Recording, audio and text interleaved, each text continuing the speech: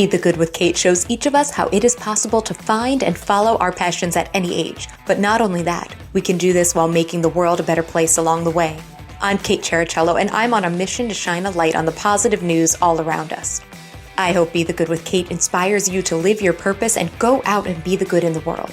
Guests have included a Broadway music director, ex-convict, hospital clown, nonprofit leaders, people who've lost those closest to them, people who have found their calling in their 60s, and my kindergarten teacher. Join me each week as I have the honor of sharing these stories with you. You can find Be the Good with Kate on all podcast platforms and YouTube. Subscribe there or go to katechericello.com/bethegood to be updated when new episodes are released. Welcome back to Be the Good with Kate. I am so happy to introduce you to Sophie Jacobs, who connected with me because of a prior guest, episode 95, Dr. Miriam. Wonderful episode on career change, which is a topic that comes up in pretty much every episode of Be the Good with Kate. So definitely check that out. Episode 95, a focus on career change. And I'm so glad that Dr. Miriam connected me with Sophie. Sophie is someone who quit a high-profile startup job to live at a Buddhist monastery. She was ordained as a Buddhist nun, then disrobed and went on to write a book about how to trust your inner knowing through a series of personal elemental essays, all before the age of 25. Such a unique person, and I'm so excited for you to hear more from Sophie. So Sophie, thanks so much for being here today. Thanks so much for having me, Kate. I'm super excited to have this discussion. Oh, my pleasure. And please tell us all more about who you are. Wow, that's a big one. I would say first and foremost, I'm someone who's like a ravenous seeker of the truth and of the depth of things, and that can be pretty intense, but it's really kind of landed in my life in various manifestations. But from the age of 5, when I started to have, I guess, thoughts of my own, it was always like, okay, well, what's the meaning of life? Like, why are we here? And just having these like really existential kind of questions forming in my mind at an age where I didn't get that like modeled or reflected back to me. So for a long time, I was just kind of floating in my inner world. And, like most folks, you know, I am a woman and was conditioned as a woman, and with that conditioning came kind of a sense of needing to people please and always be kind and nice and do things the way that other people wanted them to be done. And I struggled with kind of my what I felt kind of was like a spiritual longing in myself versus what I saw reflected in the outer world and what other people around me were doing. And that kind of hit reared its head when COVID hit, and it felt kind of like this point of no return for me, where I just graduated from college with a psychology degree, which was something that I was interested in, but I didn't quite know what I wanted to do because I didn't almost see reflected something deeper that was going on within myself. And so my friend had started a company and just happened to invite me onto the team because she saw kind of like certain gifts that I had that would be fitting for like a people ops role. And so I kind of just went into it without really having a sense of like why I was doing it, other than the fact that she invited me and like it would be seen as like successful in the outer world. And quickly I started to realize that I was burning out. Like I'd be spending like 12-hour days on the computer. I really wouldn't be taking care of myself. And I just felt more and more like my energy was depleting. And it just didn't feel like there was a sense of like resourcing going on in what I was doing. And so it kind of spoke to me in these energetic senses. So, I feel like I have I'm a very like highly sensitive person, and oftentimes like things speak to me in energetics. And so I was like noticing these states of like being contracted. And basically I had an experience where I just felt more and more and more contracted. And that to me signaled a sense that I was not really living out my purpose. And as someone who really is called to kind of live out my purpose, and it almost feels like this sense of like it will not leave me alone, like this longing for truth, this longing for real liberation from heart and mind, which feels to me like the ultimate form of healing. This job was like not it. And so I can go into story around like what evolved from that point, but essentially like I was kind of faced at a crossroads of like, do I, choose things that on the surface seem appropriate and seem like they would lead to security and safety and success, or do I choose something much more real to me, but much more uncertain? And it was kind of this choice that kind of almost became not a choice when my house burned down, and I was forced to confront the fact that I really was burnt out and on all levels. Like this happened back in August of 2020, and it was like about the 4-month mark of working there. And that really, yeah, that triggered this sense of, okay, there's something deeper going on. I need to stop and listen to myself. Especially because that experience of my house burning down, I was home alone that night, and I had experienced, I think, what I perceived to be an intuition to leave just a couple hours before it had burned down. So it was that experience of knowing that like I had some sense of intuition to leave, which saved my life. And it was that very kind of like inner knowing that it felt like I was neglecting over and over and over again in my work, in my relationships. And it was experiencing like itself in my body through like physical symptoms of contraction and just a sense of offness and dis-ease. And so that really was the catalyst for basically everything else I've done so far. Wow. There's so much to dive into there. Yeah, And I was thinking that every step of the way, and then you just kept adding another layer to it. right.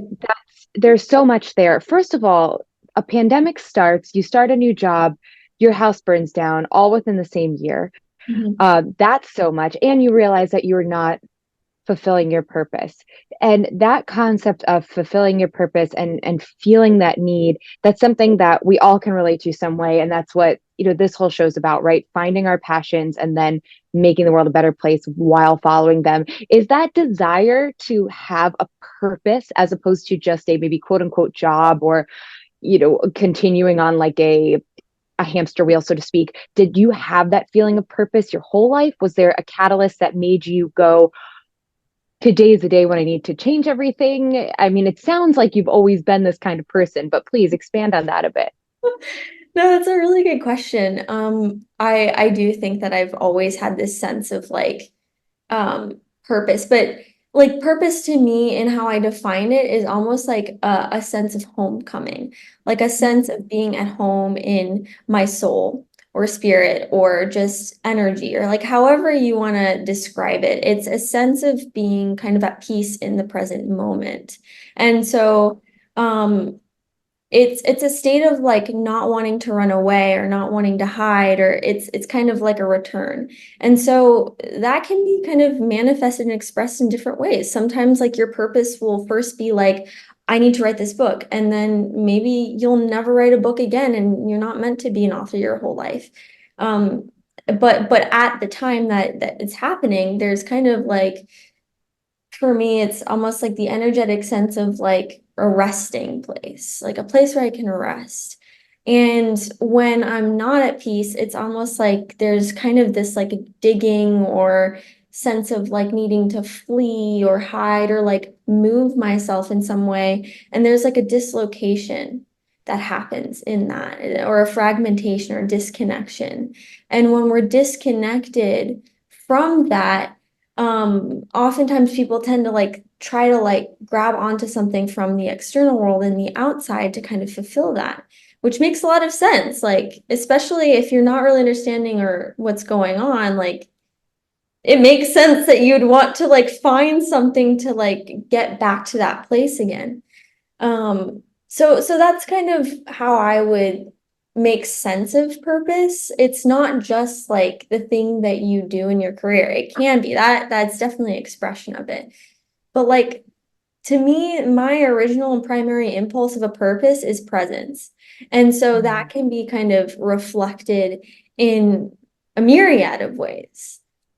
I love that so much. And I'm so glad that you pointed out that it doesn't have to be your career, Yeah. right? Your purpose is so many other things. And that's so important for us to remember, especially in this world that is very much like goal oriented, that's a bottom line, filling all those buzzwords in there.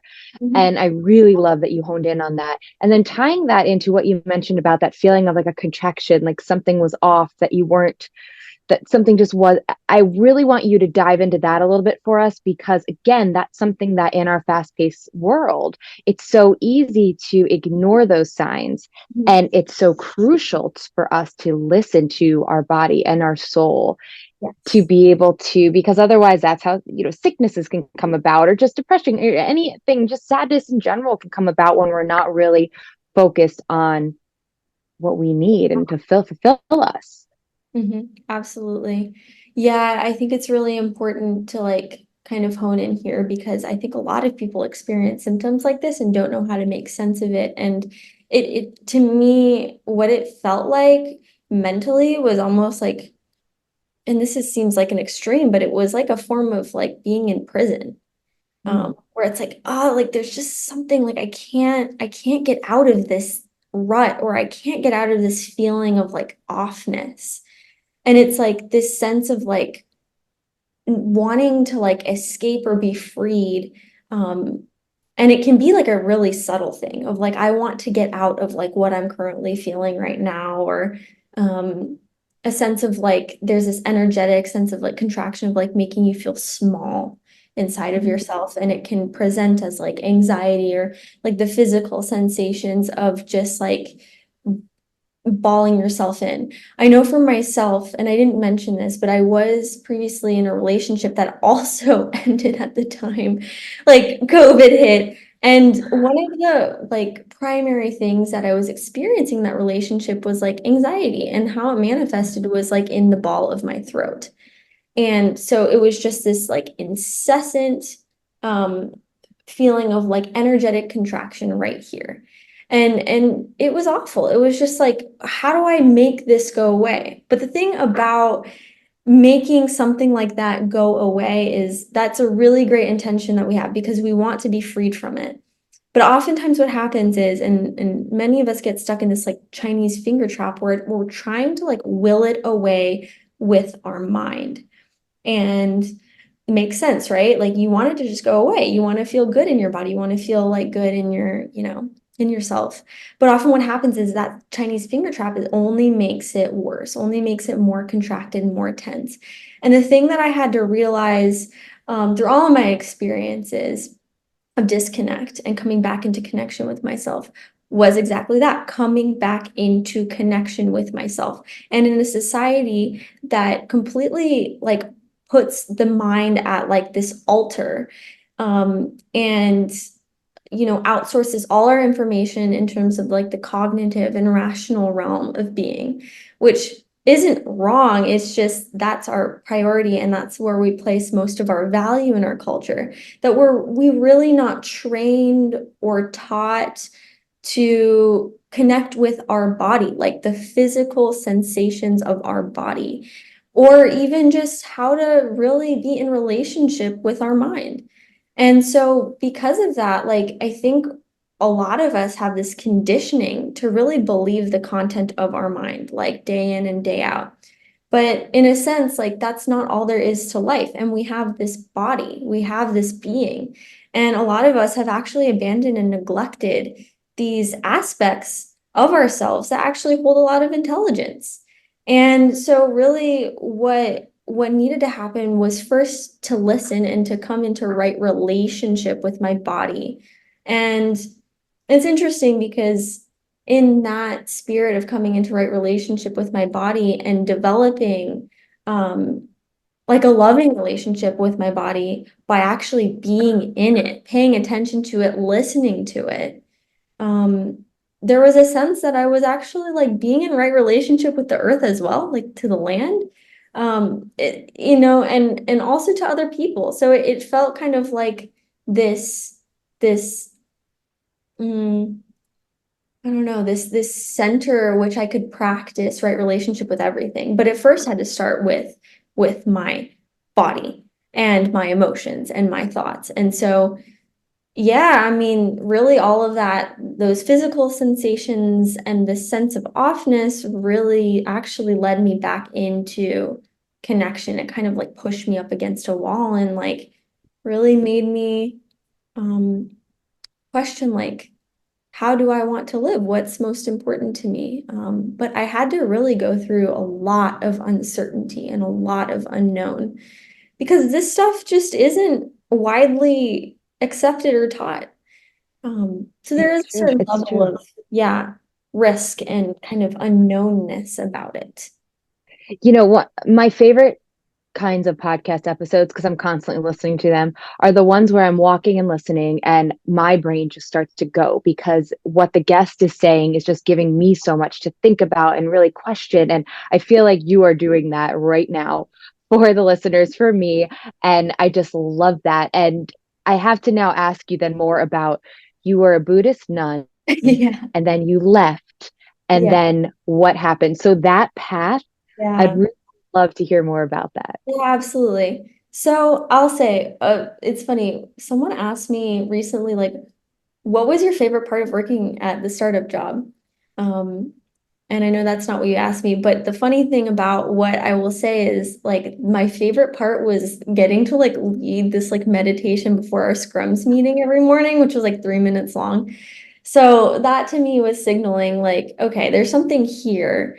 And even my mom picked up on it because I was staying at my mom's place because of COVID.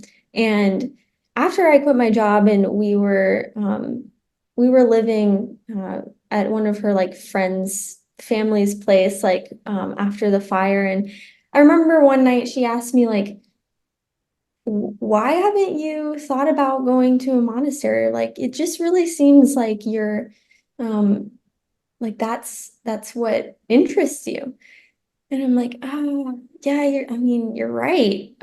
She kind of, I don't know, she kind of like just redirected me back to something that I already knew inside of myself, but sometimes people can like help support you kind of in that reckoning. And so I I had a, meditation practice and it was something that felt truer to me than anything else that I had ever experienced in my life.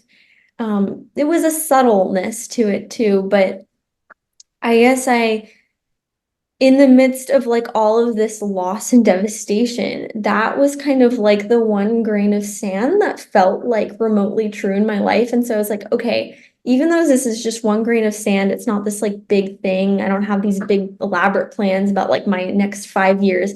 I'm just gonna trust in that grain of sand. Like, let's see what happens if I like pick this grain of sand up and say, I trust you. And so it was really, it started out as this really, really, really small trust in something that felt real and true to me. So I just started making this like spreadsheet of like all these different monasteries across the US, but it was COVID. So essentially, most of the monasteries were like closed off for visitors or volunteers, except one monastery, which happened to be just an hour away from me. It was a female Buddhist monastery in the Theravada Buddhist tradition. And they were able to take me in, provided that I do like this 2 week quarantine, which ended up being like me just going on 2 weeks of meditation retreat, which was awesome in their backyard. Um, so yeah, I just kind of trusted that sense that like, I really wanted to have my 20s kind of lay this foundation of inner trust, but also just mental training of like this capacity to relate to my mind in a way that was, freeing and be mindful. And so that was really my intention about going there. And when I was there, I just had a lot of experiences of just opening and expanding of what I thought to be true. It was kind of like it was taking all of this stuff in the muck of my mind and it was like allowing it all to settle. And in that settling, there could be like things that could kind of emerge that like I wasn't aware of before because I was so caught in these like mental tangles. And so I was just noticing how the practice was kind of helping me to actually reconnect to myself on all these different levels, like body, mind, spirit. And I really practiced in the spirit of reconnection. So one of the ways that the Buddha taught was like the four foundations of mindfulness. That's mindfulness of your body, mindfulness of your feelings, mindfulness of your thoughts, and mindfulness of, consciousness itself. And so that was really like the root of it all. That's kind of how I practiced. And in that practicing, it's funny, what emerged was kind of this it was one day in like this winter retreat period. I remember writing a lot during that time as well. And something came up to me that just because my mind was settled and my body was still and like, back to the sense of like I was kind of at peace in myself. Like there was a sense of landing and not needing to be anywhere. This thought emerged, which was, you should write a book about intuition. And it just kind of landed in my body in a way I was like perceptive enough to kind of notice that it had some sort of energetic sense of like opening. It was almost like a bud that was like being opened up in me. I don't know how else to describe it, but like it's really tricky because a lot of these things like are energetic senses and sometimes Well, I'm just so enjoying how you're describing all the different aspects of life yeah, and thought. So that's why I keep smiling. It's like, ooh, that's such a great way to frame it. So continue. yeah. Yeah, so I think due to my practice of like reconnecting back to myself by simply just witnessing my experience as it is, this thought landed. You should write a book about intuition. And again, it was like this grain of sand that felt really small, but it felt true at the time. So I was like, okay, we're just gonna trust it. We're just gonna take this tiniest amount of kind of faith in this one thing that feels like really actually crazy, but I'm just gonna put like one little, grain of faith in. So I just started to write journal entries around this theme of intuition, and it almost became like a meditation to me, where I would just continually go back again and again and again to what is true for me. How do I understand this theme? So it's like intuition kind of became this like tree trunk for all of these other like things. It's like intuition connects to inner knowing. Intuition connects to like meditation and mindfulness, but it also connects to like feeling like a sense of belonging in yourself. And how do you like navigate that in relationships with other people? And it made me realize that I think part of the reason that I was so interested in that theme was precisely because I wasn't connected, like I wasn't aligning my actions with the place in me that felt at peace and at home. And I was also experiencing something in the monastery where like the structure and the more like political, structural, institutional aspects of Buddhism in the way that it was shaped in the monastery was really becoming difficult for me and like becoming like almost like contracted for me in the sense that I felt like I almost had to be this holy person or a version of myself that I wasn't yet or Yeah. ever. And so I was noticing that going on in the monastery of like feeling like I had to believe everything that they were teaching me. And I was slowly noticing like this disconnection from my own truth.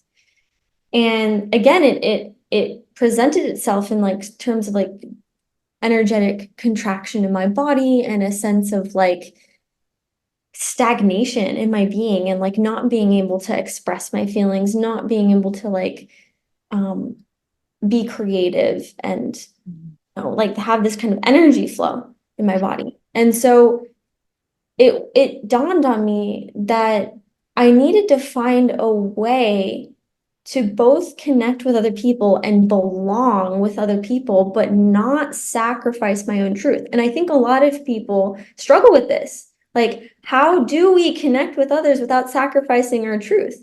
Absolutely. And so it was that main kind of dilemma and question that I had that brought me into writing this book, The Intuition Experiment. And it really was an experiment because I did not have the answers. So it was just me experimenting, just committing every single day, writing something down, like asking different people their thoughts, meditating on it, looking up in the literature, and just like any and every angle I could to understand like what is going on here. What is true? What is real? And that gets back to kind of like who you are. That is the essence of who I am. Like, what is true? What is real? What is actually going on right now? That is like the central core of my being, and Yeah. that's how it expressed itself at the time. So my next question is what surprising you the most about where you are now? But I'd love to add to that because the book, even in the title, it says experiment. Can you also add what also was the most surprising result, if we call it a result, or outcome, or whatever finding in the book? Mm. I think the most surprising outcome to me was like somehow I thought that in the process of writing the book that maybe I would like, have this like outer world success, or that like something in the outer world would like confirm everything that I had been like working towards in my book. And what I noticed was that like after I wrote my book, I kind of entered a period of like postpartum depression. Like, Mm. almost as if like a mother is giving birth to this child and it's like, okay, like now I've given birth, like, some people enter those periods of depression, and it's like that was kind of my driving force for a very long time of like the North Star. And when I wasn't focused and centered on that, it's almost as if like I started to kind of have like somewhat of an ontological crisis in the sense of like, oh, um I started to like feel into levels of like doubt that I had never experienced before. And one thing that has really surprised me is just how much this theme is like the work of a lifetime, and that I feel like I'm continually being like taught lessons beyond the book and being tested with this kind of inner knowing. And it didn't just end with the book. And one of the things that like I also realized in the process is that the uncertainty, like your willingness to go into those places of uncertainty and even doubt, and even just like, I don't know, some people call it like the dark night of the soul. Your willingness to go there actually is an expression of you following your intuition, because sometimes we need to kind of like collapse our sense of what we know before we can actually start to understand what is true for us. It's like we kind of have to let go of what we believe to be true. And in that letting go, there can be a profound sense of uh, like confusion and disconnect and even grief involved in it. But sometimes we actually need to go to those places to emerge on the other side more real and more true and more grounded in our being. So I think one thing that surprised me is that, intuition is not just like flowers and roses and this like manifestation to like outer world success in the ways that we know it. It's actually like a deeper call to our soul, our spirit, our essence, however you want to call it. And that level of peace and groundedness that you develop a relationship with in your own body, I think is unmatched. It's unparalleled. Like anything can happen in the outer world, and yet when you are connected to that, it's almost as if like there's nothing greater, or there's nothing more, I think, to me at least, more like struggling for the word, but just yeah, nothing more true or real or yeah, like satisfying. That's the word, Mm. satisfying than that. Well, I think you've given us such a great just platform to think about of being true to yourself and what intuition means. And you've really dived in so much to all these details and to give us things to think about. And that's really incredible. And I just reading your bio, I was like, oh, this is such a unique background and just a unique set of experiences in life. And you've really brought so much to the table. And you can tell that you've been able to take the time to think about all of this, but also just to express to us how important it is for all of us to do this kind of work. And Sophie, I have two more questions for you. Let's Yeah. call them rapid fire questions Okay. here that I really would love to hear your opinion on. And one of them is, how would you answer the question, why do we need to share, know about, and spread the positive news? Because we Mm. hear about all the bad. Why do we need the good? Yeah, well, I think that there's a sense in which like what you focus on and what you choose to focus on actually kind of reflects and expands your reality. And there's a way in which like negative news can actually like change the way that we respond to our environment. It actually kind of creates this like tunnel vision where we get kind of activated and our nervous system gets dysregulated and we have less capacity to act and to be. And so, in a sense, like when we receive positive news, I think there's a sense where we can kind of ground into inspiration, and like a level of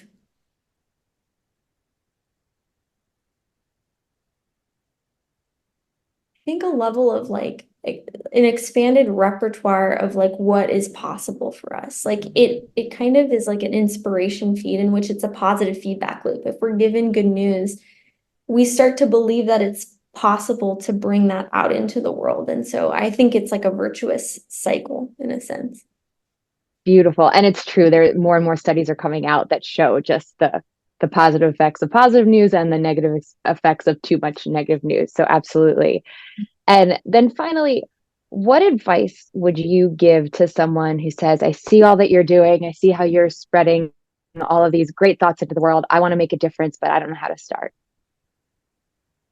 I would go back to definitely reflect on past experiences that you've had and notice if there's anything that felt like something that just like made you happy or just made you settled in yourself and maybe journal that like what was that like for you. The other thing is understanding like what a yes, no, and maybe is in your body. You can even ask your body, what is a yes? And just like notice what comes up. Body, what's a no? Body, what's a maybe? And just journal that too.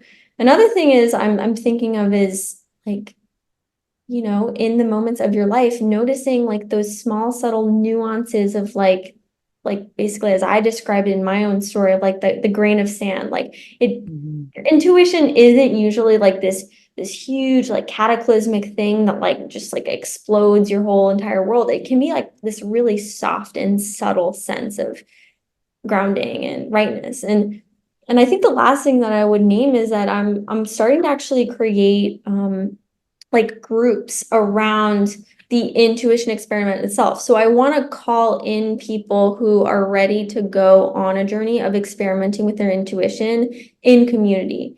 So I'm going to be launching a program this year around basically the intuition experiment. So it's not going to be writing a book, but it is going to be delving into creative practice, into relational practice and mindfulness practice. Um, in community so that we can kind of co-create some really major things in the world together and not sacrifice ourselves along the way. And so if people want to or are interested in diving into this kind of intuition experiment, and it doesn't have to look the same way that I did, but just in the spirit of that experimentation, you know, I'll be posting some stuff like later this spring, and definitely welcome to follow me on my Instagram, Flow-intuit. You can DM me if you're interested with that. I don't have it all up and running yet, but I just wanted to kind of give that little teaser because it's something that I'm really excited about sharing with people, and especially in community, because I did it all alone, and I feel like my process towards like understanding these things would have been so much easier if I had done it like in community, in a group of like-minded folks. Absolutely. And again, like I know I already mentioned how studies were showing about the good news, but I've also been reading so much about that idea of community and just social, what's the word? Being social in general and how much we do. We need people and we are our best selves when we can collaborate and can bring all of that into the fold. So absolutely follow Sophie on Instagram, and then also LinkedIn and Facebook you're on as well. And that will all be in the show notes. And Sophie, I can't thank you enough for your time today. Thanks so much, Kate. In taking classes over the years or observing workout videos, one major piece that is often missing: stressing safety and form.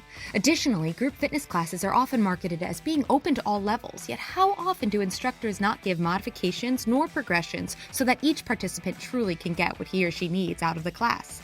So that's why I created the 101 series, which take things back to basics with 3 separate courses: Bar 101, Pilates 101, and HIIT 101, focusing on safety and efficiency so you can maximize your workouts. Be confident when you step into a group fitness class or workout on your own. Be strong in your execution of the most common exercises, and be proud of yourself for taking these huge steps forward on your health journey. Check it out at bebykate.com. The link is in the show notes. Thanks so much for listening to Be the Good with Kate Chericello. Whether you're listening on YouTube or via podcast, it would mean the world if you liked, subscribed, and or left a review. You heard about the good? Now go out and be the good in your life this week.